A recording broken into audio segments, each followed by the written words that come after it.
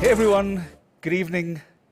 It's just gone 6:30 on Thursday, the 9th of September. My name is Jack Devarain, and welcome to the Theatre Production Services Association and Live Events Industry Update. We are coming to you live this evening from MGG Studios in Sandton. It's great to have you with us. This is going to be the feedback session you've all been waiting for. Thank you to everybody who's joining our live stream on Facebook, on Zoom, and on YouTube as well. We hope to take some questions, but just to give you some reassurance, we have been listening to you and taking your questions in the weeks leading up to tonight's event. We have a wonderful panel lined up for you tonight. This is our opportunity to get feedback from all those leading lights, from the executives who are all carrying important mandates and leading the conversations that have been helping us to come out of the lockdown and the various ways in which our industry is intended to survive. Let's have a quick round of introductions looking at our panel this evening, starting with Sharif Baker. Good evening, Jack. Sharif, so what brought you here? Why are you in this position tonight? What will you be telling us? So as chairperson of the TPSA fundamentally and associated with SAACI and with the ministerial advisory team, I thought it prudent that the last couple of months of work that we've been doing, we need to convey, we need to tell our constituents, our members, exactly what we've been up to and the vision forward for our industry and our sector. And that is the main reason for us being here this evening. You look pretty amazing having your glasses up there, by the way. Thank you. I appreciate it. I know Kevan Jones liked to do that, but I don't think his daughter likes the look on him. I believe so, Jack. Kevin, how are you? What brings you here tonight? What are you going to be telling us? So, Jack, very much the same sort of thing as Sharif has outlined, in the same way that Sharif is the chair of the TPSA and of SAACI. I'm the executive director of the association. We have overlapping roles in certain circumstances, but in real terms, Sharif is responsible for leading the association from a strategic point of view, and I fill that operational role. And so we actually work on similar projects, but from different perspectives. So really, I'm going to be adding some meat to some of the information that Sharif will share. This is very much a team effort then. It is absolutely so. Good. We have Glenton de Kock. Welcome, Glenton. Evening. The organization and the various bodies that you represent this evening. So thanks for having me, and thanks to everybody that's dialed in and tuned in online as well. So I'm Glenton de Kock, CEO for SAACI, and we've got quite an interesting sort of association because we straddle sort of live events with the Department of Sports, Arts and Culture, and then we also find ourselves in the business event side on the tourism side. So I'm representing not only the SAACI but also the SA Events Council, and to provide some insight in terms of the collective work we've done amongst the 14 associations as well. So I look forward to the engagement during the panel discussion as well. And thanks for having us. Live events, that's a massive area as well. Being connected in the entertainment industry, obviously that's a side that we want to cover as well, because we know that sporting events, music events, and all those things, including theatrical productions, have been severely hit. Correct, and I think mainstream media has given some insight in terms of what potentially could happen. But I think the important thing there is twofold. One, that we need to get open, but we need to do it responsibly and safely at the same time. And I think as association and as an industry, we've done enough proof of concept events that would allow us to invite not only attendees back, but also get people back into stadia as well. Exactly. Oupa Salemane, welcome to you. Good evening. Tell us who you represent and what will you be discussing with us tonight. Thanks, Jack. Oupa Salemane.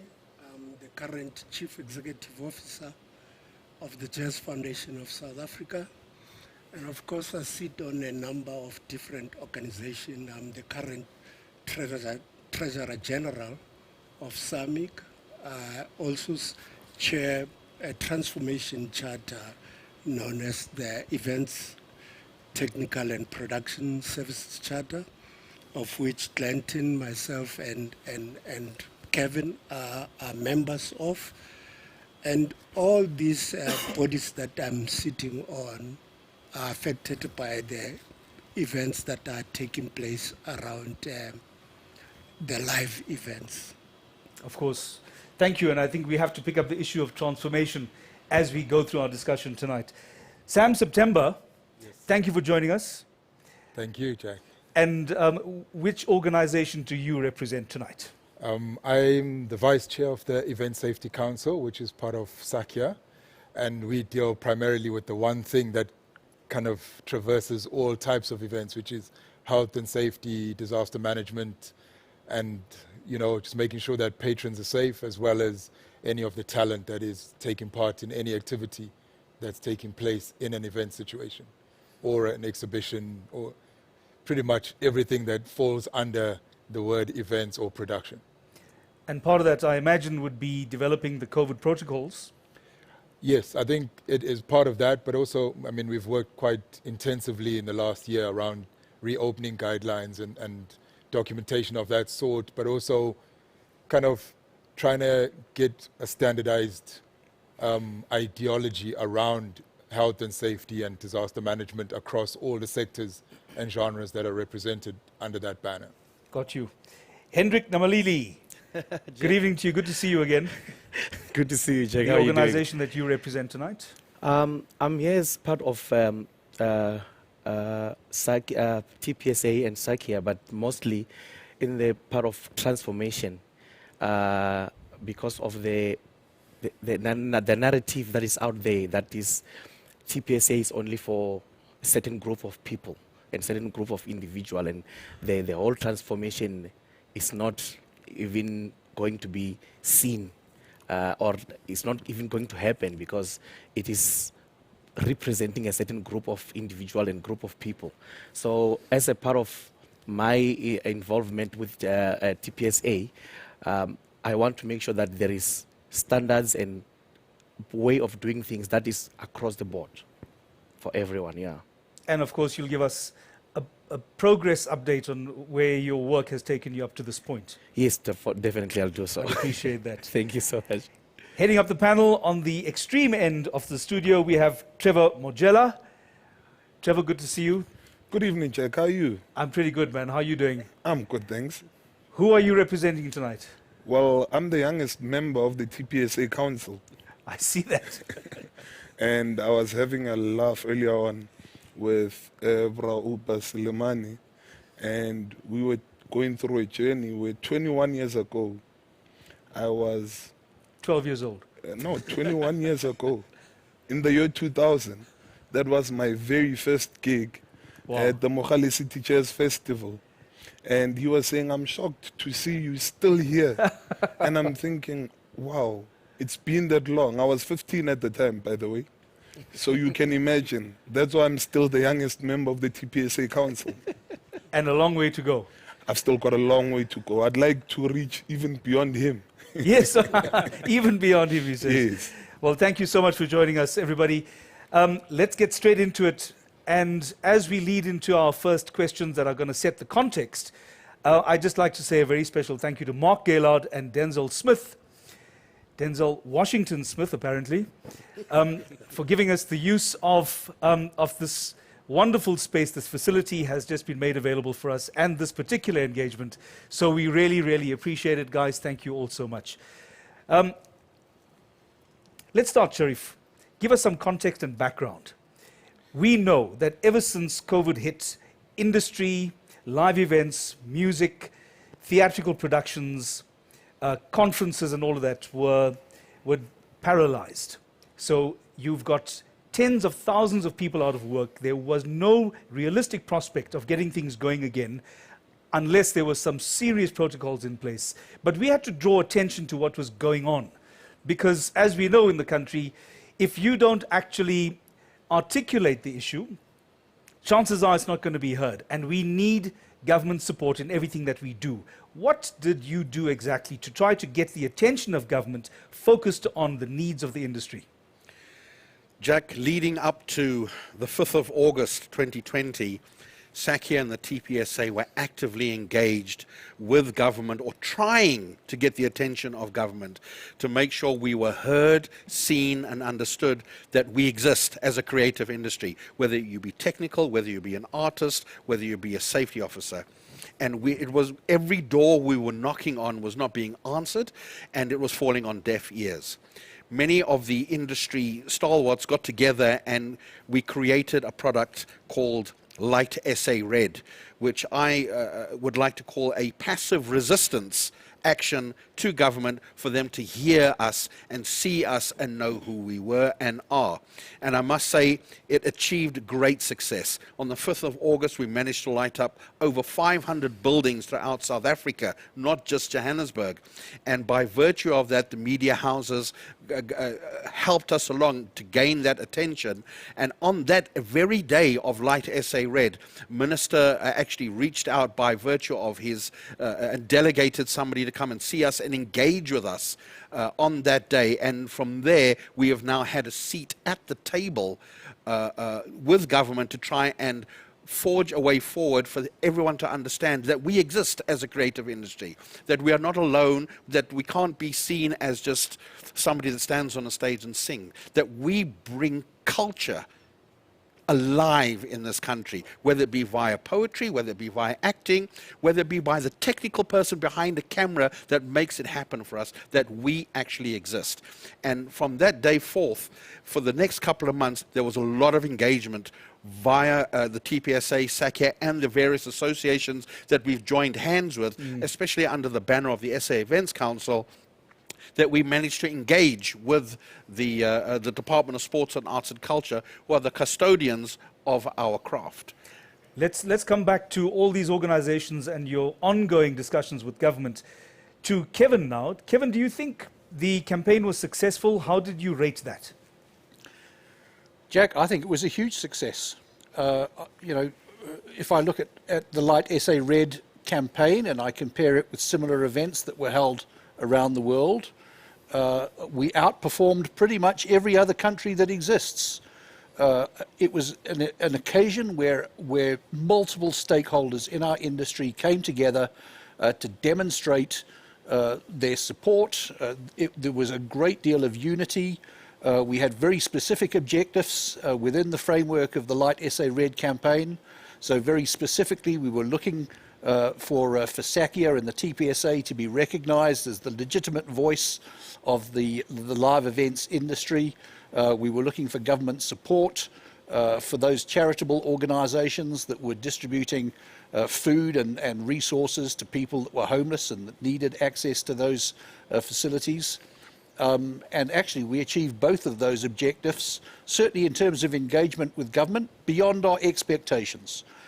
The level of communication that Sharif and I have had with the Department of Sports, Arts and Culture over the last 12 months is absolutely unprecedented, and it's put us into a situation where we've been able to share insights with the department that I think will bring about meaningful change. And it's been slow, very slow. But in reality, we've achieved everything that we wanted to out of the Light SA Red campaign, and we believe that it's created an opportunity for us to move forward. And that's just the beginning, then, is what you're saying. Correct. Also, when you say that it's been an unprecedented engagement with government, are we coming off a very low base when we are talking to government in the first place? Because in the various engagements that I've had in my capacity as chairman of the South African Guild of Actors, we noticed that government seems to think that we are typically and characteristically disorganized. We're trying very hard to change that. Just your impressions on that before I hand back to Sharif. Yeah, you're quite right. Government does believe that we are disorganized, and they believe that because we are. And I think that over the last couple of years, there have been various initiatives to try and create a sense of unity in our sector. The development of SASVED is a great example within the audiovisual sector, where various associations have come together. Oupa spoke earlier about his role within SAMIC, and that would be a great example within the music industry. So there are collectives that have come together. But in reality, there is no federation of associations, and the industry is largely disjointed. And one of the biggest challenges that we've had is actually bringing organizations together, particularly when we talk about the events industry, because this is not just entertainment. although entertainment is a key part of it, Yeah. it includes sporting events, it includes business events. And so one of the challenges that we've had is to try and create an opportunity where all of these different stakeholders come together, share their opinion, and then reach some kind of agreement on how we want to engage with government. That's been a major task that we've undertaken over the last 12 months. Well, I can see that we have so many of these organizations, leaders here on the panel today. Part of it is to be able to create organizations that actually have a mandate. And I'm going to ask, because you each sit on so many boards and you interact with each other regularly at that level, if we are raising issues that you think you can contribute to, please just let me know. I'd love to hear what you have to say. Just to go to Sharif, though, on that point, do you think we've done enough to persuade government that we are sufficiently organized, that we have responsible people, transparent leadership, and people who have actually committed to the task of leading this, the effort to get us back to work? Jack, sadly, no.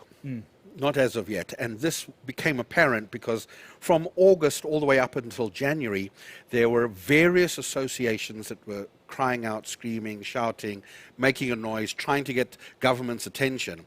And obviously, when you've got 10 people trying to get attention of one person, it becomes very difficult to try and control. And again, it spoke to the disunity amongst us. So that in late January, early February, the Minister of Sports and Arts and Culture hosted an indaba where he invited various associations from the sector to sit around a table virtually, obviously, and have a discussion, what do we want to do? And born out of that was the creation of a ministerial advisory team from the sector to the Department of Sports and Arts and Culture so that it could be spoken in one voice rather than it being disjointed and having various different associations speak to the department. And from February onwards, it has worked tremendously by showing how we can try and work together with government when it is speaking with one voice. We've still got a journey. We've still got a journey of trying to making sure there is a federation of associations, exactly what Kevan is saying. But right now, under the guise of the Ministerial Advisory Team, a lot of our associations are being recognized as in what SAACI does, as in what SAMIC does. They've now got a better understanding of the roles of the different associations and what we need to do. Now, the Ministerial Advisory Team got put together not to try and voice the concerns of the sector of saying, please, we need to go back to work, please reopen. There were actually specific challenges that were put together that affects our sector. And those are the challenges that's being addressed right now and being heard by government, and hopefully we'll have success in accomplishing them. Well, give us some of your list. What are those issues that are raised there? So there are 5 specific work streams that the Ministerial Advisory Team had been asked to put together. And this is from the sector. One is the one thing that has impacted our sector greatly is mental health, financial health and well-being, physical health and well-being. So there has been a portfolio put together that's being managed to look after a product that's been born out of the Department of Sports and Arts and Culture called Silapa. That's the one. Number 2 is we're having challenges with schools, Jack, where children were going to school and being bullied by other children saying, your parents can't even pay for your school fees. It was an absolute fact. So much so the SGBs in schools were starting to harass the parents. We, as the Ministerial Advisory Team, got involved with the Department of Basic Education under the leadership of Minister Nathi Ntetwa, and we got all school fees exempt for our sector for 2020 and 2021. So that was a great accomplishment there under one of those work streams. One of the other work streams is retail and transport, where we're engaging with some of the Pick and Pays and the ShopRites to try and get food vouchers and assistance in that regard. One of the biggest challenges, though, that we're working on is banking, SARS, and then obviously the Department of Employment and Labour, which I'm sure my colleague Glenton will come into now. Yeah. But the biggest impact via our sector is feeling is banks are now looking at us and blacklisting us and taking away our houses and repossessing our houses. and evicting us from our homes that we've been rented, and that's the biggest challenge that we're trying to accomplish at the moment. And the department is working closely with the TPSA, SAACI, the Event Safety Council, collectively, as well as SAMIC and all the other associations, to make sure we can try and accomplish it, accomplish what we're set out to do. I would like to come back. Yes, I see you got your hand up on that. I just want to comment on Silapa. I was at the launch in Pretoria, and I remember what it intended to do. It was laid out very impressively. I'm not sure whether people actually know about Silapa, and I'm not sure who's driving that process, because it is intended to address the mental health and well-being of people, including financial health, and I don't see a lot of take-up. So I'm going to save that question for as we get into that. Oupa, you wanted to contribute to that? Yes, I just wanted to contribute, Jack, to your earlier statement regarding the sector being disjointed.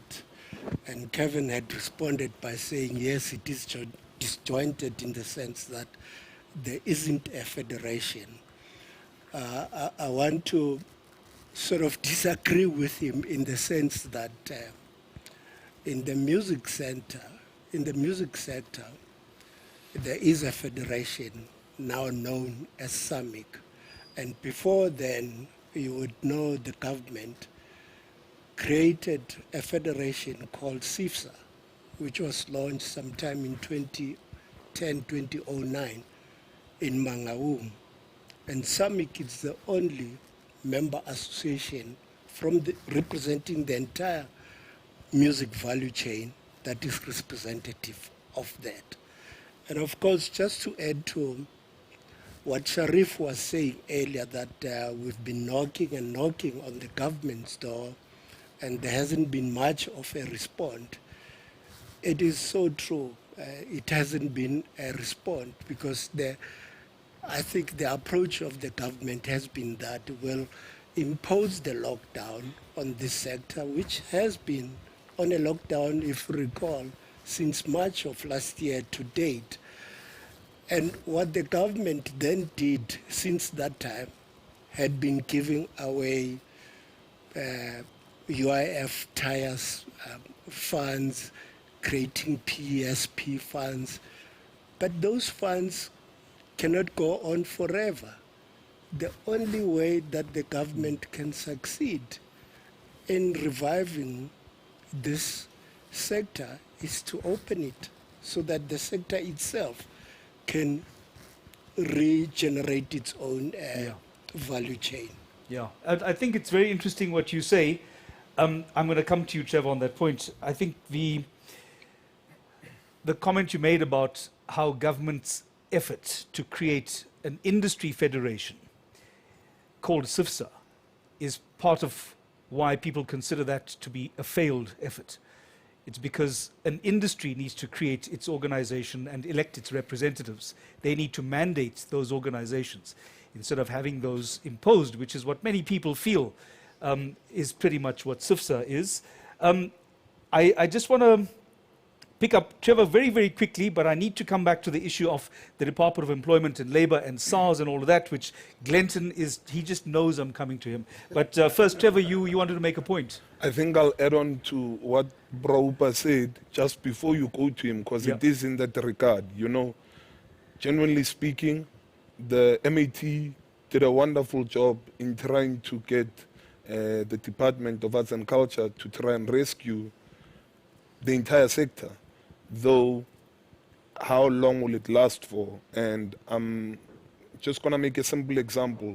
The third phase ended in February, and I think the final payments were done in August. Those people who got paid in February are technically broke now. Indeed. You know, the most interesting questions you'll hear from our fellow colleagues and peers is, when is the next one coming? Because we are suffering now because we've ran out, you know. So, I think that's a scary thought, and it's a perfect point where we can cross over to Glenton, because let's start with the relief efforts that have been coming through from government, whether it's SARS or the Department of Employment and Labour, TERS, PESP, whatever those might be. But I think it's an important point to be made. Trevor says that we can't hope for the relief efforts to continue indefinitely. Industry has to open for it to generate its own work, as we've been used to all along before lockdown. But take us through the discussions you have been having in terms of the relief.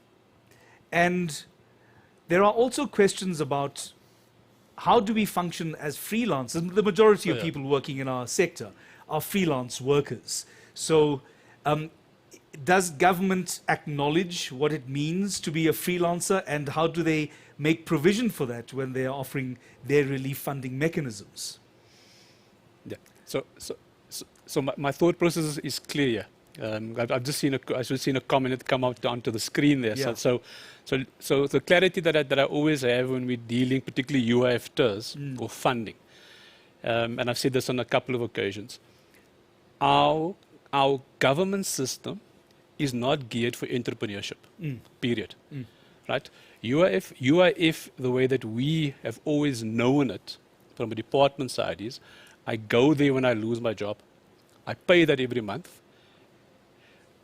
Government says that's the best way that we can help you, a freelancer, a company, an employee, in a short period of time. When the system opened up originally, in part it worked because it looked simple. Application process looked simple. But the longer lockdown continued for our sector, the more the cracks in the system appeared. And I've said it on a number of occasions. The funding is ring-fenced, so the funding is there. To Trevor's point, the funding is there. The challenge is administratively, the system is broken.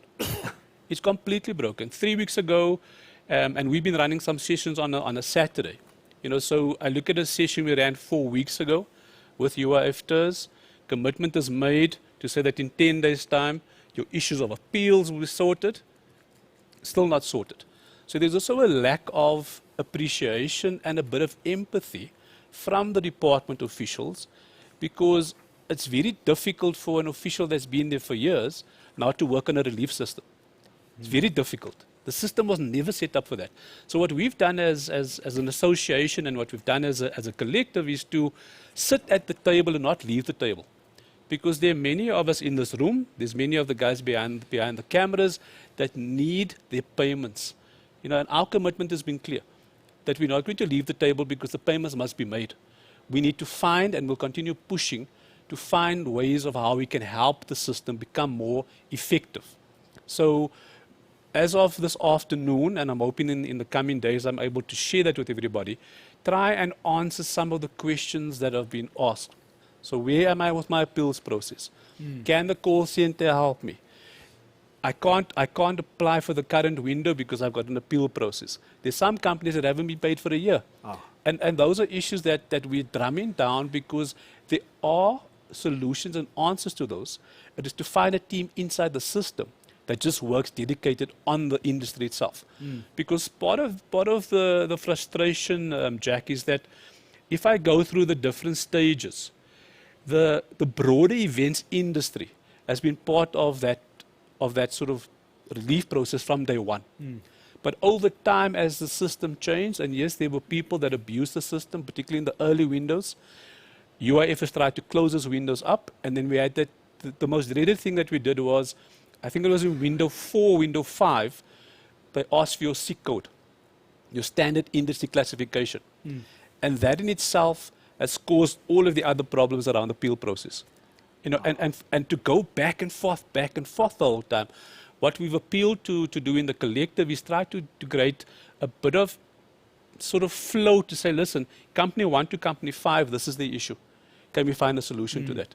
And that has been very frustrating for a number of us that have been working in this space, because I'm starting to sound like an expert on UIF TERS, and there's nowhere near in terms of me being that at all, but it's purely on the understanding that all of us need to stay at the table, because we know that the funding is there. And I'm hoping that we can get that funding released as quickly as possible, clear the appeal system, so that we don't have the level of frustration that we have. And unfortunately, people have given up in some parts. You know, and my appeal has always just been that I'm asking for patience, and I don't have patience myself, but I'm asking for patience because I know that the solution is there. But it's just a matter of fact that, as I said at the start of my input, is that part of our government systems is not set up for relief, and part of our government systems at an employee level doesn't understand an entrepreneur. They really don't understand that. There's an agility then that's missing from the administration of all these efforts. You're part of the ministerial advisory team, right? In part, I mean, I'm probably Sharif's shadow to a large extent.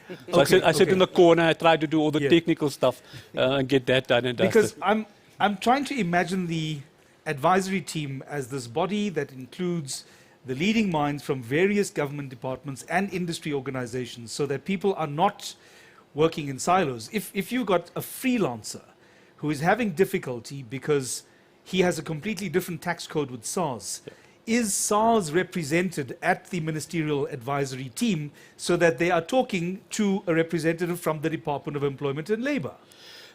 So my immediate response is yes. So this is where the frustration is, I think, for all of us.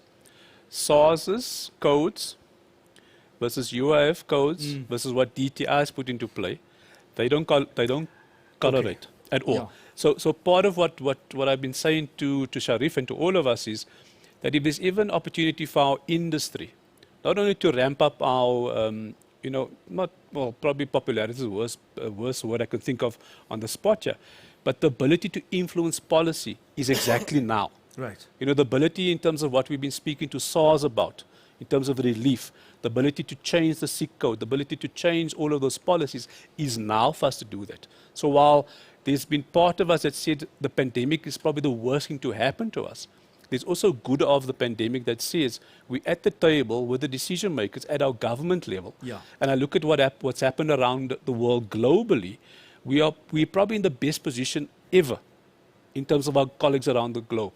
I mean, the UK has gone through the same problems, but I think as South Africa, we can change that policy, and we want to do it as quickly as possible. Right, right. Sam, you got something to add there?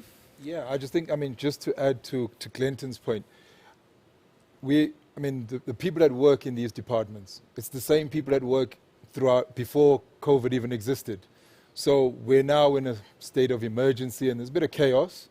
You're expecting those people to still do the job they were doing and still do the relief process for everybody else who's now in a difficult situation. And somewhere along the line, like Glenton was saying, there's a disjuncture because there isn't a dedicated team that looks after specifically what the issues are with during the pandemic period. And I think we've kind of missed a trick there, which we possibly need to have a conversation about, which is, I mean, even with crime and everything else, you have the guys that do the policing every day, and then you have the special guys that investigate all the other things. This situation calls for a special team of people that can be dedicated to all the answers that if you put something in, you end up giving up because you don't get a response. And like 5 days later, and then you try again, you don't get a response. So there is a bit of a disjuncture with how we're trying to speed up people's survival at the end of the day, because for the person who's on the outside making the application, their challenge is now. The person on the inside, their challenge is also now, but their challenge is, I have so much on the table, I'm going to deal with things as I get to them, which then is not on the time frame of the person who's made the application. And then that way, there's a frustration, but also to the point that most freelancers, some of them are migrant workers, so they're in Joburg and they work for the business they work for because they can afford to stay in Joburg. When there's no payment or no revenue, the company, you're not getting paid, you can't stay in Joburg, you have to go back home, and then you do the applications, and then you don't have immediate Wi-Fi, you don't have this, so infrastructurally, you're also disadvantaged. So generally, with all of that going on, we've got to kind of get around, like Sharif and Glenton and Kevan on the advisory committee. Those are the things that the conversations they have, but obviously, you know, the wheel of process and government and things also doesn't turn as quickly, which it's kind of a bit disjointed from the problems that people have now where you need to eat something. Hendrik, you're going to add something. I just wanted to go to Oupa because I've got a bombshell for him. So yeah, please. No, that's not. You want to go to the bombshell? Okay, let's do it. Yeah, the bombshell is. Before we go to the bombshell, I probably want to state the most obvious here is that, particularly in the UFTs, I hate to say this, but we're close enough to get the payment done. Yeah. Right? But I think it's exactly what Sam has said, is that we need to encourage the person that we're dealing with to really work a bit faster and get more people to help. And some instances, that's also been a resource issue as well. You know, so on that basis, and I hate to do this publicly, but for those that don't know where to find me, they can go to our website, SAACI.org. They'll find my contact details there. And we've been helping, you know, members and non-members, which sometimes I get in trouble with from my board. But our view is very clear. We must leave nobody behind. Yeah. In this sector, we must leave nobody behind. And we must do as much as we can, you know, as a leadership group on behalf of members and behalf of the industry. Because our industry is quite important. Our industry is going to drive recovery for Destination SA. And for that purpose, we need to clear out all of the backlog. And it's unfair. I'm very clear about this. It is unfair to have a relief system that is not working. That should help people. It's really unfair on everybody on that part. Let's talk about unfairness, actually, because that's where the bombshell comes in. And Oupa, it's very easy for us to be here and to look at government to say, you don't have systems, your administration is failing, it was failing before we arrived at COVID. But equally, as we discussed with Kevan and Sharif earlier, government is also looking at us. Government is looking at industry. And they're saying, you guys are not organized, you don't have leadership, you don't have transparency in your leadership, your mandate is a lie. Doesn't government also look at us as industry and say, you guys are not properly transformed yet? And I look at our panel today, including me, yes, we don't have a single woman amongst us. Should we be ashamed about that? Isn't that part of transformation? Certainly, we should have that diversity in our panel. Before I get to the bombshell response, Jack, I just want to add to what Sam and Glenton were saying about the failure in the system of the government. And I think the government is aware that its policy of deployment of incompetent people, it's downfall, because that's where the problems are in most instances. And you look at the government at every level. I'll make an example, for instance, with an entity of the government, National Lotteries. Since 2001 up to around 2011, they had employed industry experts to adjudicate on applications related to each of those sectors that they were to adjudicate on. But sometime in 2012 or so, they decided to disband that and decided to employ people who are not from the sector, who do not possess the expertise to do that. And if you look at what happened from the National Lottery since that time to now, it's shambolic. There's hardly any funding that is coming through to organizations. And even if it comes through that funding, there's very little understanding of the concepts that we present to them for them to look into for funding. Coming back to the transformation, the bombshell. It is for this reason that the events technical production services sector was formed. In fact, sometime in 2010, at that time, the Minister of Trade and Industry was Dr. Rob Davis.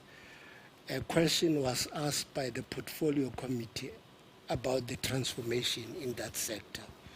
And clearly the government was not aware of the lack of that transformation. And so since that time, DTIC, which is now called DTIC, which was DTI then, decided to establish this body made of the entire stakeholders in the sector. There was, of course, a little desktop research which confirmed the suspicion that there's hardly a transformation. In 2010, when we came into being, it was almost non-existent, but since that time up till now, there is some changes. We're busy at this stage working on the sector codes, and we hopefully in the next couple of weeks we should be on the road show to garner more inputs from the public and our member association on how we should go about those sector codes. And we hope in the next 2 months we should be able to have in place a gazette which will regulate this industry to enforce the transformation. Okay, that's important, because people forget that unless those regulations are actually gazetted, then I'm sorry, your bright ideas and suggestions simply don't cut it, because they remain unenforceable. True. So give us something. You can't just tell me, okay, you know, it's coming up soon. It's a sneak preview. If you're gonna tell me about the highlights coming up, then give me something to work with here. I think Kevin did allude to the non-disclosure agreement that we've signed with the government. All right. Okay. Fair enough. And I came here not mandated to speak on behalf of the sector for that. But I want to assure you, we've gone a very drastic way in implementing these changes. And once we finalize this document and circulate it to the public, we're going to get obviously more input from the public, and it will enforce those changes that we envisage to take place in the sector. All right. Are we talking about transformation and diversity? Any particular themes in that? All of it. I mean, if you talk of specifically 2 areas, management control and also ownership. Those are key elements that we look into for the sector to be transformed. At least 51+% of the ownership of those entities that intend to do business with government should have that transformation. Doesn't it also coincide with what it is that SAACI seeks to do in developing professional standards? Part of that must be mentorship as well. So I'm sure then you must be very pleased with what the kind of inputs that you want to have going into the Gazette, because you can actually structure that kind of those professional standards as part of the regulations that will be found in the Gazette. Yes, SAACI, of course, both Sharif and Kevin are here. Kevin is sitting on our charter. I'm going to take a quick comment from you, if you don't mind, Kevin, just about the need for establishing those professional standards in our industry before I go to Sam. So I think the issue about professional standards, and particularly in relation to the proposed BEE scorecard, is that essentially what we want to do is to encourage a commitment to lifelong learning. And that starts with individuals that are fresh out of school. They want to pursue a career in the live events industry. What skills do they need and where do they access that training? And it continues through to an environment in which you have established industry professionals who are working in the sector. The trends and the technologies evolve. How do they acquire new skills? And so what we've tried to do is to be very holistic in the way that we've looked at training and skills development, and we've created opportunities to promote both learning for school leavers, but we've also created an opportunity to promote continuing professional development for industry professionals, funded through the levies that are applied to the BEE scorecard. Okay. But really what we want to do is to upskill the industry.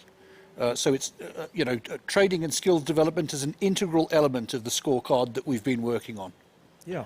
Sharif, you're chair of SAACI currently, aren't you? Yeah, I'm the chair of SAACI and the chair of the TPSA, and just with what has been mentioned here, Jack, for the past 6 months we've been relatively quiet as far as communication goes. And it's because, quite honestly, it's been rather toxic via the social media platforms. But the narrative that you're hearing here tonight, which is not coming from me, and it's not coming from Kevan, speaks to something that Glenton spoke about earlier on, where as an industry-leading professional body, we don't just look after our members, we'd like to look after our sector as well. Why? Because we care. Why? And it is indicative. Everybody, spoke about Kevan being a racist. Man that sits on the Transformation Council with a stalwart like Oupa Salemane speaks wonders that we want to try and uplift and upskill and professionally designate school leavers and anybody else that wishes to be part of a professional body, a transformed body. And I agree, I really wish we had more women in our industry that could be sitting around a table here rather than us. But unfortunately, we are currently going through a skill drain in this country because of the pandemic and because of these challenges that Oupa spoke about. And the sooner we can have that Transformation Council or Gazette put into place, that will assist our industry so that we don't lose the skill drain. Because the minute our sector reopens, we're going to struggle. Our sector is going to struggle because we just don't have the skills in this country. And it needs people, it needs people like us, the Event Safety Council, SARA, SAACI, to pull everyone together and hold hands so that we can educate our youth. And I'd like to use the words of Freddie Nyatela, the African child, because that's what it's all about. We have the prospect of losing a lot of skills, Sam.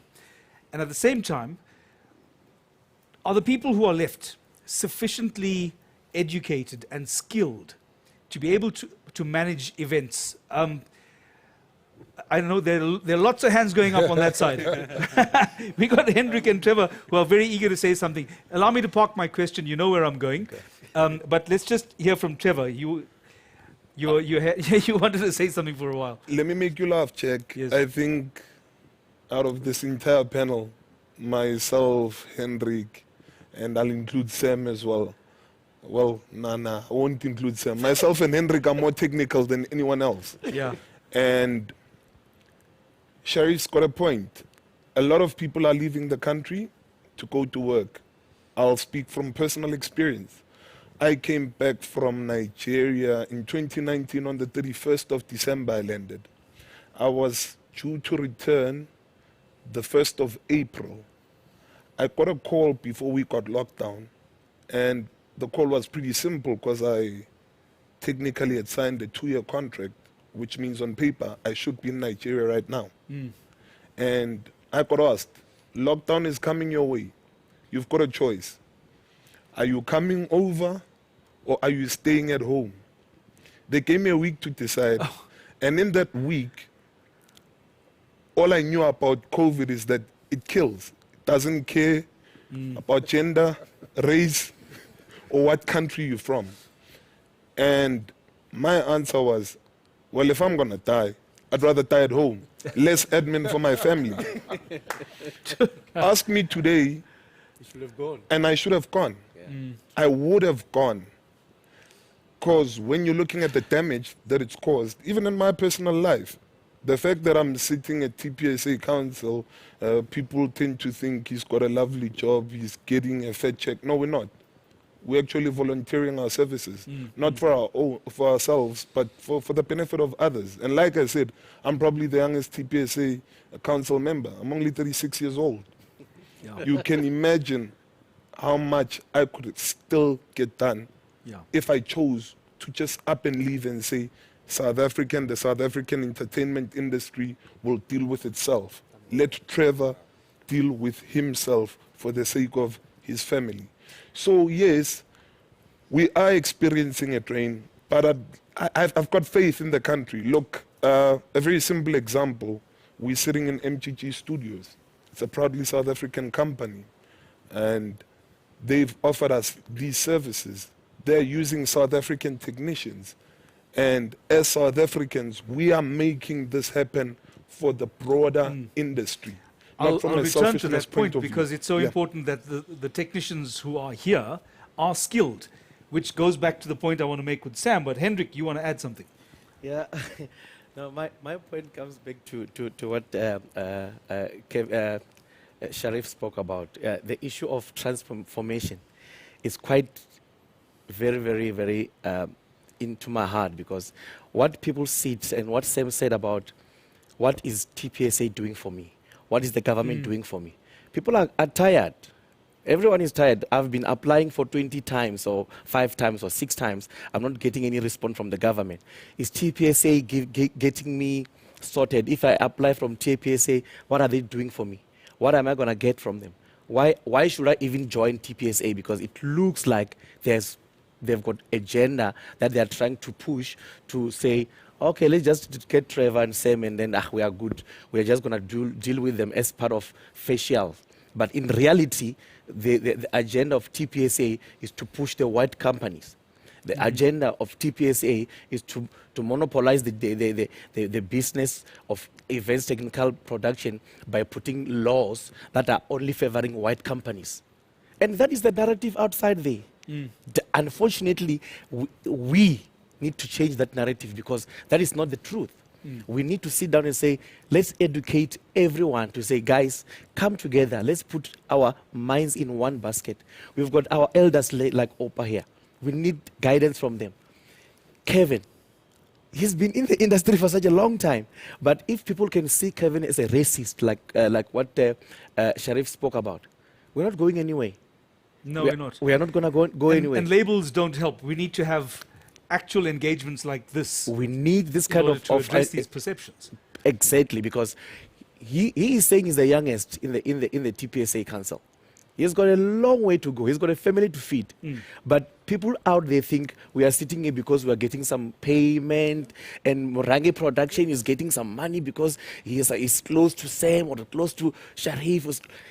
And we're not getting anything. No, this is this is all volunteerism. This is volunteering work, and we're doing this not for me, not for him, just for the whole industry. But the narrative out there is that, no, this is the white man's business trying to cover for themselves so that they keep the better part of the cake, and the crumbs goes to the smaller boys. And that is not the truth. Sam, we're trying to educate people, obviously. Are people sufficiently educated about safety at events? Because obviously that's going to be an area government wants us to have nailed down. Are we compliant? I think so. I think we've done a lot of work has been done in terms of health and safety. I mean, most events, like the event industry as a whole, is regulated whether there's COVID or not, because you have to do JOC, depending on the size of event, but there's processes in place. I think, just going back to what Henrik also said now as well, is that the perception of it, it's kind of like people know about safety, they understand what they need to do. It's basically knowledge versus buy-in.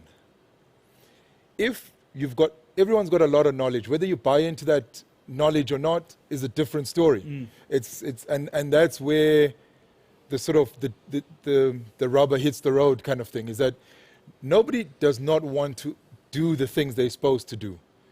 The question that we should be asking, or at least what in my discussions with Mike, who was the chairperson of the Event Safety Council, is that how do we get people to buy into the fact that health, safety and disaster management is not a limitation or a hindrance, but it actually something that progresses you to where you need to get to? Because, you know, when they say, if you pray for the rain, you must live with the mud. Everyone's great when things go right. Let one thing go wrong, no matter how minuscule it is. The first thing that anybody asks for, where's the safety file? Yeah.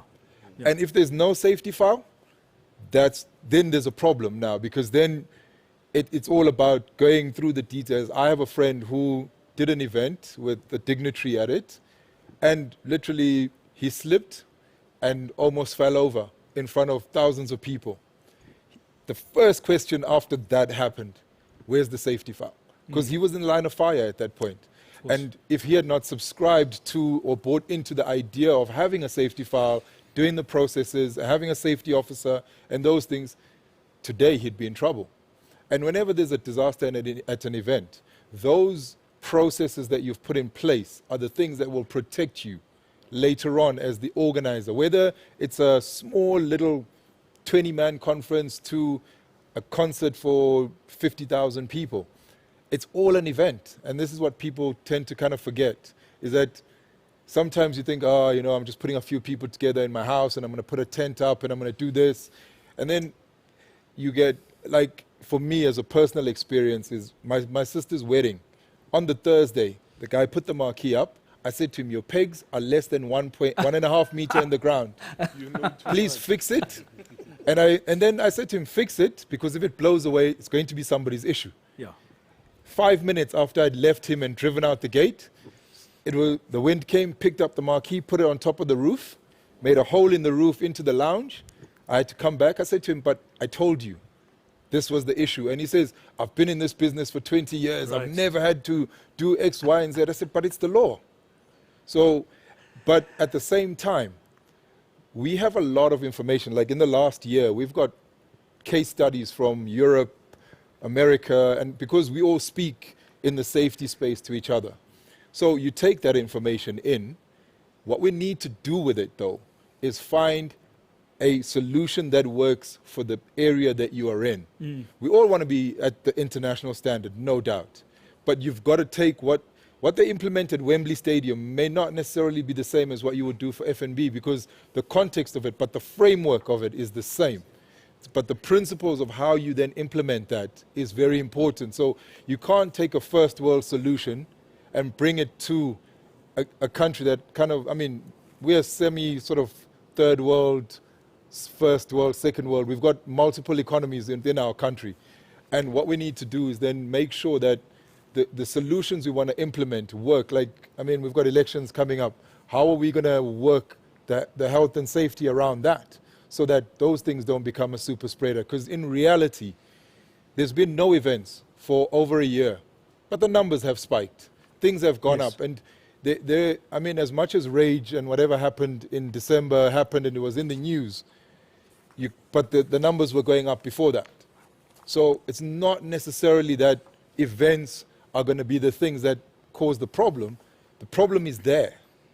We now need to mitigate the problem to make it work for the events industry, which is regulated. I mean, I was at a shopping mall the other day, and you go in one gate, everyone parks in the parking lot, and it's a strip mall, so you've got Woolworths, this, that, and everything else, Checkers. So that's like a festival, really, because there's the main stage, which is the parking lot, and then all the other shops are the different experiences at a festival, and people are all about those. And the mitigating things in that is that you sanitize before you go in, you do this, you do that. But in essence, that's what you need to do for the sector. And Absolutely. That's what needs to happen. I'm coming to you, Hendrik, next. Yes. But I just want to ask Sam to finish off this thought. Is it true that we've created safety regulations that are so onerous and so burdensome that people find it that it's basically holding back business? Not necessarily, because everything needs a baseline. So you literally have a base, like even with medicine, you have a baseline. And then if you don't fall in the baseline, you then mitigate according to the symptoms of the illness that you have. So from an eventing perspective, you have to have a baseline that everybody can basically compare apples with apples with. And then from there, you then work out, okay, the event is in a certain place where bees make honey under the rocks kind of area. And then you implement that baseline according to that space. And then if you're in a metropolitan area where you've got access to facilities, your baseline is applied slightly differently, but the baseline must remain constant, because that's the thing that allows everybody, so that if I'm in Kuruman or I'm in Cape Town or I'm in Pongola somewhere, the baseline is the same. You can't misinterpret what is required for you to stage an event. Then if, for example, it's a heritage site, it's a heritage building, and you can't put a marquee next to a heritage building, for example, you need 1.5 meter space, but you don't have enough space because the marquee is too big and the yard is too small, then you speak with the fire marshal and everybody else concerned, say, okay, I need to put it here. It's less than 1.5 meters or 2 meters away from the building. How do we mitigate that the building doesn't get damaged? And then you have that discussion. But the baseline still remains, is that these are the rules. Right. And then from those rules, because when everyone, if anything goes wrong, God forbid, in any situation, you end up in court. Yes. They And will judge you people on could the get hurt. baseline. They won't judge you on anything else. I would, when we're doing our final wrap-up summary and conclusion, maybe you can touch on review of SANS 10366. Sure. Before we do all of that, though, we have a way to go. Trevor, you want something to add something before we go to Hendrik? Just to add on what Sam is saying, I happen to have been a technical project manager on behalf of Gear House.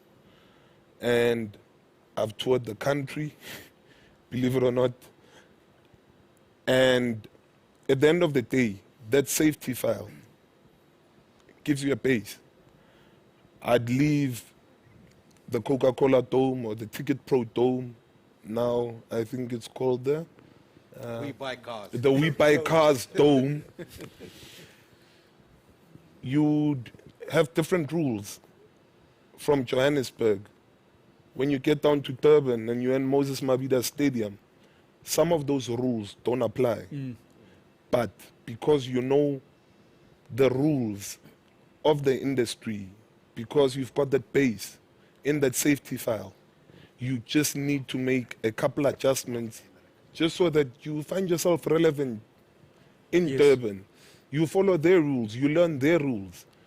Once the tour is done in Durban and you need to go down to the Grand Stadium in Cape Town, you also need to follow their protocols. You also need to factor in the weather because they've got 4 seasons in one day, and it's something I'm not used to in Joburg. But you do engage with your fellow colleagues, and once you get off tour, you would have still followed all the rules, just purely based on that baseline. Hendrik, are you fully safety compliant? Not yet? I am. I wanted to raise 2 points that Sam was touching on. The issue of training, the standards that Kev always speaks about. If we don't have that, that's where the problem comes in, Sam, because people now think, you are putting those standards to prevent them from doing their work. People start to think, oh, Sam is coming with all this safety file because he doesn't want me to do this event in a specific venue, because if I don't have this, I'm seen like to be not compliant. And unfortunately, my event won't be allowed to go ahead because I don't have this thing. Now, okay, they are putting all these rules and regulation to prevent us from doing jobs at this specific place because it's reserved for some specific individuals.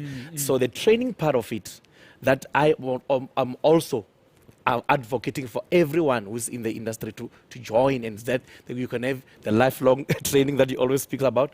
It's very important, Sam, that you must also push that so that everyone who wants to do an event at any given venue, they are allowed to do it, but the training must come first. Let's go into that uncomfortable conversation, because clearly it's out there. People have created this idea that the TPSA will reserve certain kinds of work for certain groups of people or certain organizations. It is true. Are you saying that that's what people are saying, or are you saying that that perception is real? That perception is very real. Yeah? Very, very, very real. I've had so many discussions with Sharif, he knows about it, because, out there, people think, I'll speak mostly on the black events in technical suppliers. Yes. They think because of these rules, if you look at the rules at the Voda World, the Dome of the Voda World, their rules are strictly for those people who have made it already in the industry. Wow. Yes. And you look at the same rules don't apply at the Dome, Coca-Cola Dome you're talking about, Trevor. You go to with the same event, you take it to the Coca-Cola Dome. Those rules don't apply. You go to this specific venue, the same rules don't apply anymore because it's a different venue. You take a black-owned company to do an event at the Dome. Their rules are these. You take a white-owned company at the Dome, their rules are these.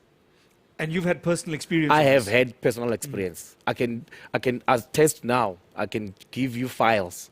And that has made me to want to be very compliant to the letter because I realized there were lots of limitations. And it comes to the issue of training, Sam, that if we don't do this training, we just want to jump and do things from the back door, we'll think there are rules reserved for other people and rules reserved to others, which is not true. So the perception, we need to kill it by training. Are we addressing it sufficiently within the TPSA? I will say no. We need more awareness and more training. We definitely need more. Because to be honest with you, people have given up on TPSA because they think it's reserved for specific individuals, which is not true. I'm a witness, or it's not true. I'm part of TPSA with Trevor here. We are the. I'm not the youngest, unfortunately, but we are the new. The blackest. But the truth is, we are here to make sure that the perception out there is demystified. It's not true that TPSA works for specific individuals. No, it's not true. I want to add on something. There's Denzel Washington said, "You will always be criticized more by someone who is less successful than you." If I flip it around, when people look at us, me and Henrik, they'll probably turn around tomorrow and say they've sold out Yeah, true. to the old white boys club. Yeah. Little do they know that we tell the old white boys club that no, look at it from this point of view, from our way. We not here to fight them, but we are here to work together with them for the better of the industry. Are you succeeding in that?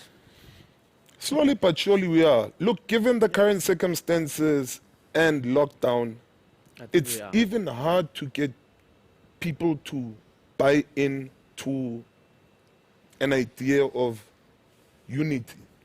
I had a call from a very prominent guy in the entertainment industry today, and he told me straight, I've given up on the industry. It's no longer about love for me. I'm doing Mr. D Foods, and at least it's paying my bills. And when you are thinking about it, like, gosh, are things this bad? In the meantime, some of us are fighting for transformation. Yes, and on that point, I know that Sharif wants to add something, and then I'm going to go to Sam. No, before Sharif comes in, I think the perception out there is that we are here to rubber stamp the decisions of the white boys. Yeah. We are here to make sure that whatever they say, it goes. And it's a flip, because we are here to make sure that they don't sit and sleep peacefully at night, because we are posing those difficult questions to say, no, Kevin, you can't do these things the same way you used to do it in 2020, in 2010, and now. It's not possible. Sharif, you sleep well at night? Respect. Henrik and Trevor, respect to you guys. No, true. It's a fact. What they are saying is an absolute fact, and we need to change that narrative. And this is why, based on riding on the back exactly of what Sam has said, SAACI and TPSA are a professional body, SACWA registered under a South African law, not a colonial law, a South African law. And we promote code of conduct and professional standards by virtue of safety files and the likes thereof. So how can we be going wrong? We're trying to help That is what the TPSA is there for. The TPSA is trying to make sure that we all sing from the same hymn sheet, whether you're at Durban, Moses Mabhida Stadium, whether you're at the Ticket Pro Dome or We Buy Cars Dome or whatever dome it is these days, or whether you're in Pangola, because it's of paramount importance, and something I think Sam raised now, or no, Henrik raised now. You go to Voter World. They've got a list as long as my arm. And one of the most important documents that is needed there is a letter of good standing, logs, which comes from the Department of Employment and Labour. And something that was said earlier on, there's been pros and cons to COVID-19. And one of the things that comes out of this, the Department of Sports and Arts and Culture are the custodians of the SAACI Act, and which guides us at every single event and our safety file. They have now realized the opportunities that now have come up to make sure our industry is professionally standard and lives within a code of conduct. A time is going to come that you cannot apply or do any work at government unless you've got a letter of good standing, you're a part of a professional body, and that you are professionally designated.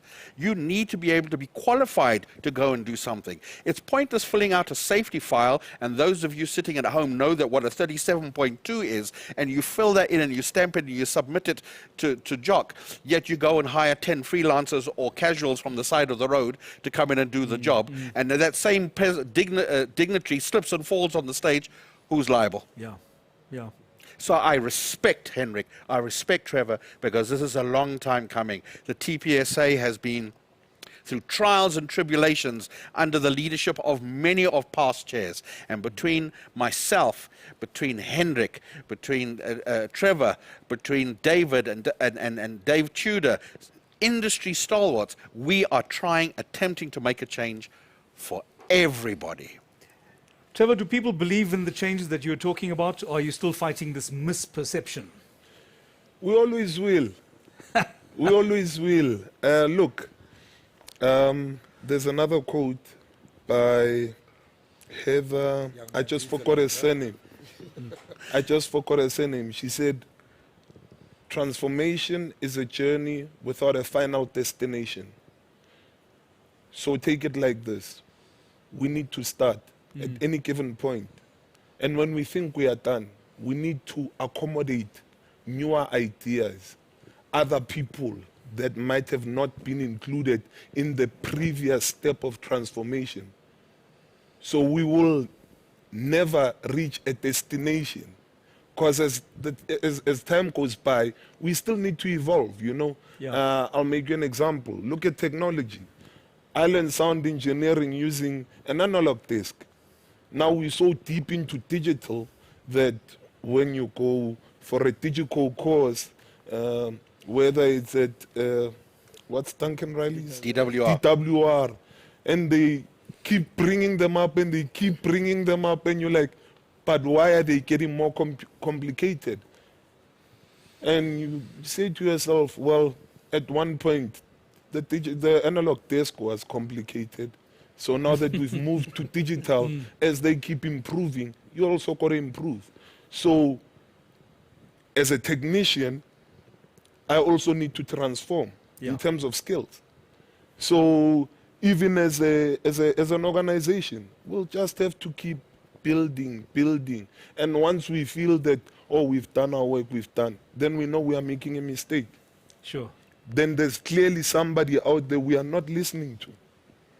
Well, who's benefiting from the idea that the TPSA is run as an old white man's club?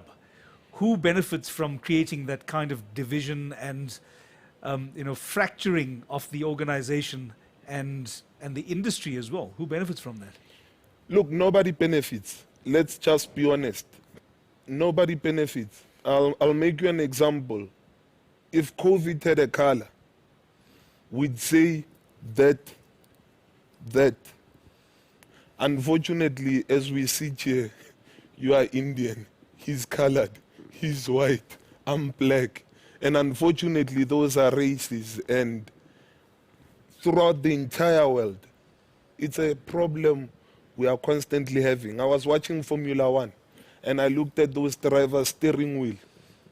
They keep saying, let's fight racism. from your Kimi Räikkönen to your Hamilton, Lewis to your Hamilton. to your Verstappens, you know. And we are speaking about people from different countries. But when they get in those cars and they race, and they're on the same racetrack, they still say, let's fight racism.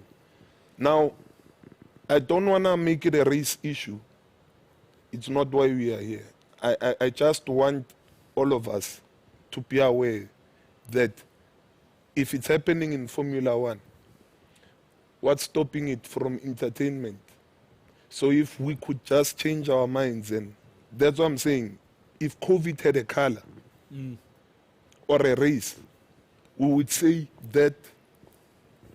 We are, though, talking about a race issue when we are talking about areas of privilege that have been monopolized for a long time. Certain parts of the industry have been monopolized for a long time, and it is recognized within the industry, which is why we have efforts to transform the industry. Correct. And I'd like to add on that as well. I remember at one of the conferences, I said this. When I got into the industry, I didn't know much. Like I'm telling you, I was 15 years old, and it was the Mogale City Jazz Festival. This is the first black man who I knew who do that. I went from that. I've worked for Rapid Blue, I've worked for Endemol, I've worked for a couple of events companies, and I'll use Endemol as an example. It was a predominantly white production company which was franchised from overseas and whatnot. I learned the most important skills from that company because some white guy gave me a chance. John Park, I'll mention him. I've learned some of the most crucial skills, not only in sound, even in technical production management, from a white guy, John McDermott. And a lot of us can say, you know, I was so shocked. I was having a chat with Mac, and I was like, wow, you did sound engineering for Earth, Wind and Fire, which just happens to be my favorite band. And when you think of John Mack as a racist, how would he then work for Earth, Wind and Fire? They might be American, but they're still black. You understand what I'm saying? No, I get you. And we've just got about 13 minutes left to go before we wrap up. So I'm going to ask Sam for his comments, as well as if you can also reflect on the review of SANS 10366. Sure. I might need your help. But I think, I mean, before we get caught up in the things, there was something that Oupa said, earlier, transformation, where I think where we've also missed the trick. If somebody's to own 51, every company that does business with government, it should be any company that does business, full stop, in the country. Because that then gets everybody to do the thing. Because if it's only if you do business with government, so the ones that don't do business with government do what? It's kind of like, if you want transformation, do it properly or don't do it at all. Because you can't compartmentalize what you need out of a system. If you need transformation in a system, make it universal across the board, whether you work with government, private sector, NGOs, whatever it is, then transform it. But at the same time, how do you then implement the transformation? Because what tends to happen is people will, transformation as it's happened thus far, get somebody who buys a company, owns 51%, the skilled people with the institutional memory say, cheers, I've got my cash, I'll see you later. 5 years down the line, the company is pretty much limping along. It's not really doing that well. We need to find ways to make it work so that you have somebody who's willing to transfer, because in most instances you have people that say, oh no, my granddad worked so hard and we built this business. But understand that the people that your granddad owned the business, the people that actually did the work are the people that want some equity in the business. And how do you then make that work in a system where there's a willing seller, willing buyer kind of situation, but the institutional memory stays in the business. Because if the institutional memory goes, that person can leave with the relationships they've created, give you a business, start another business, even though there's a restraint of trade or whatever, put the business in their wife's name, move on, because there's no restraint of trade on the wife. Yeah. So we've got to be realistic about when we speak about transformation, whether it's gender-based transformation or business-based or whatever it is, it can't just only speak to people that put in tenders. It's got to speak to anyone who does work with anybody. Yeah. So that Unilever is obliged, for example, or Procter & Gamble or Standard Bank or whomever, to interrogate when you say you're empowered. What is your actual empowerment credentials? It's not because Sis Busi, who works in your kitchen, and Vusi, who does the garden, is also put into your document so that it gets you to a level 1. Fronting. And then you can, not even fronting, it's just literally you can get around the BE classification by the people you employ, rather than ownership or equity or whatever it is. So if you've got 10 carpenters and artisans and whatever, it gets you from level 4 to level 1. But actually, after you've paid everyone, the $1 million that's left goes to you and your wife. That's not transformation. That's just, you're still paying the same people. So in essence, we need to be able to make it universal across the board and make sure that everybody has a fair shake at it. Yeah. In that sense. Oupa, with 1 minute to wrap up, do you think we're ready to take that step? Yes, certainly. That's the reason why this forum or the council has been established. And just to clarify, Sam, the sector codes are not meant only for those entities that are trading with government. It applies across the borderline. But it's more easy for those entities that trade with government, for government to exercise control over their compliance than those that choose not to. Because there are companies that will straight say, I don't want transformation. I'm not going to have anyone coming to take equity in my business. Yeah. And you can't do anything with that part. Now, I've absolutely come across those organizations in the creative sector, and it absolutely astounds me that in 2021 we are still having these conversations. And I'll have to say that they're pretty blatant about it.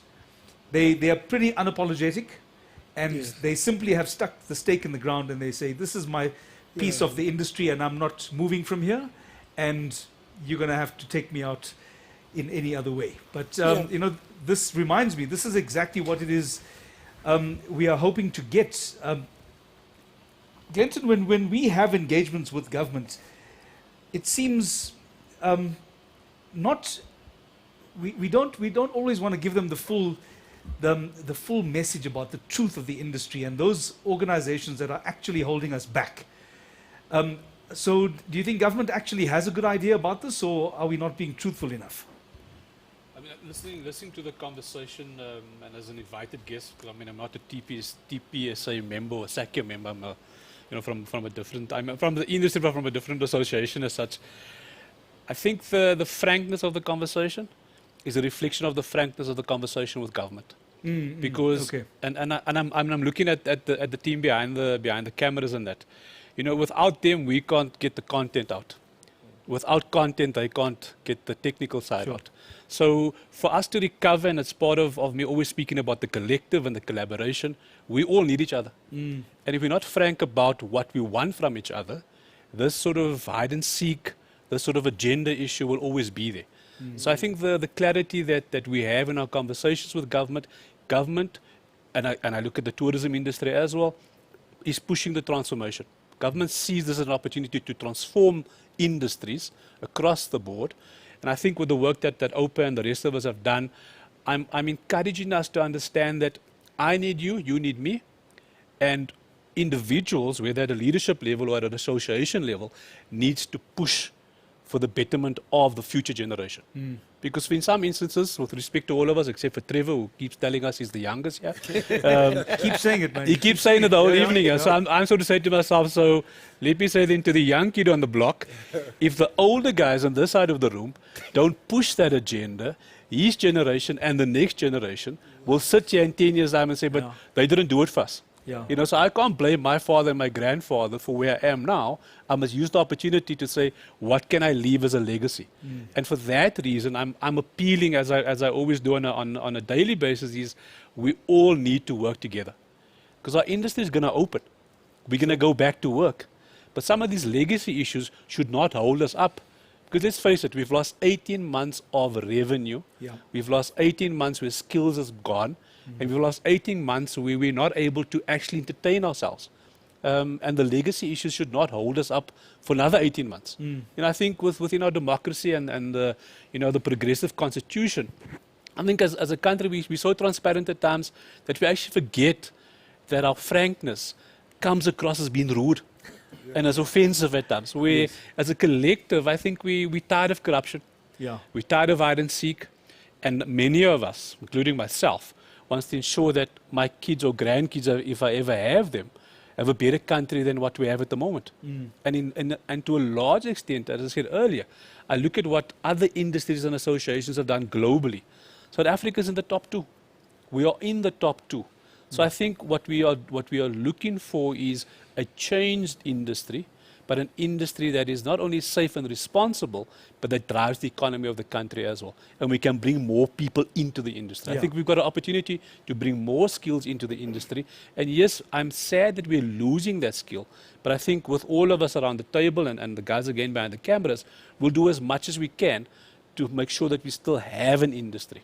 Because that's the most important thing, is to have an industry after the pandemic going forward. Is there a plan, Kevan, to make sure that there's sufficient skills development, retention of skills? So we've always said that from a SAACI perspective and from the TPSA perspective, our future is built around standards, training and industry certification. And we put huge time and energy into ensuring that we do all of those things. You know, we have groups of people and Sam very active in the development of SANS 10366, the ongoing development and evolution of standards to make sure that they remain relevant. Trading has been a huge challenge during COVID because there's been a prohibition on gatherings and in blunt terms, nobody has very much money to spend on training right now. And likewise, industry certification has been a challenge. But going forward, I believe that those 3 things, which we consider to be the cornerstones of our organisation, are going to be crucial. So I'm very excited about where we stand right now and what it means. And I'm actually convinced that we will be back at work very, very, you know, in the very near future. Yeah. Sam, you've got 1 minute. 1 minute, no problem. I just think, I mean, just to what Kevan has just said, I mean, obviously within Event Safety Council, the one message that we also want to put across to people, because people don't, it's the knowledge of what's available as a skill thing.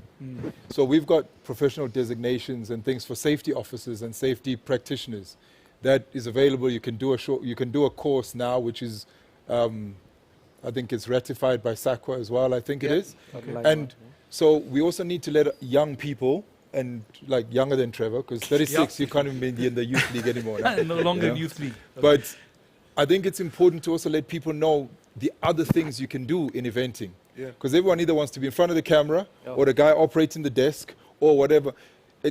Safety officers are like, pardon this, but like toilet paper. You need us all the time. There'll never be a time you want to do something without a safety practitioner or a safety officer. So there are opportunities for young people to get into that space. And I mean, literally that will create so much work across the board when the industry opens that it's there. It's just about people getting the information about it as well. And the qualification ahead of the full reopening of the industry. I think it's something that we all agree on, that there is going to be a full-on reopening of the industry. We need to be prepared for that, as well as to accommodate whatever remnants of COVID there might be, so that we are taking additional precautions depending on what comes out in that gazette. Hey, Oupa.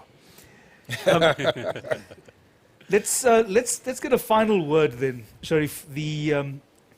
You're going back to the ministerial advisory team, and you're going to be telling them that we've shared a lot of ideas, and you'd also want to get some commitments from them. What is your commitment number 1 from the MAT?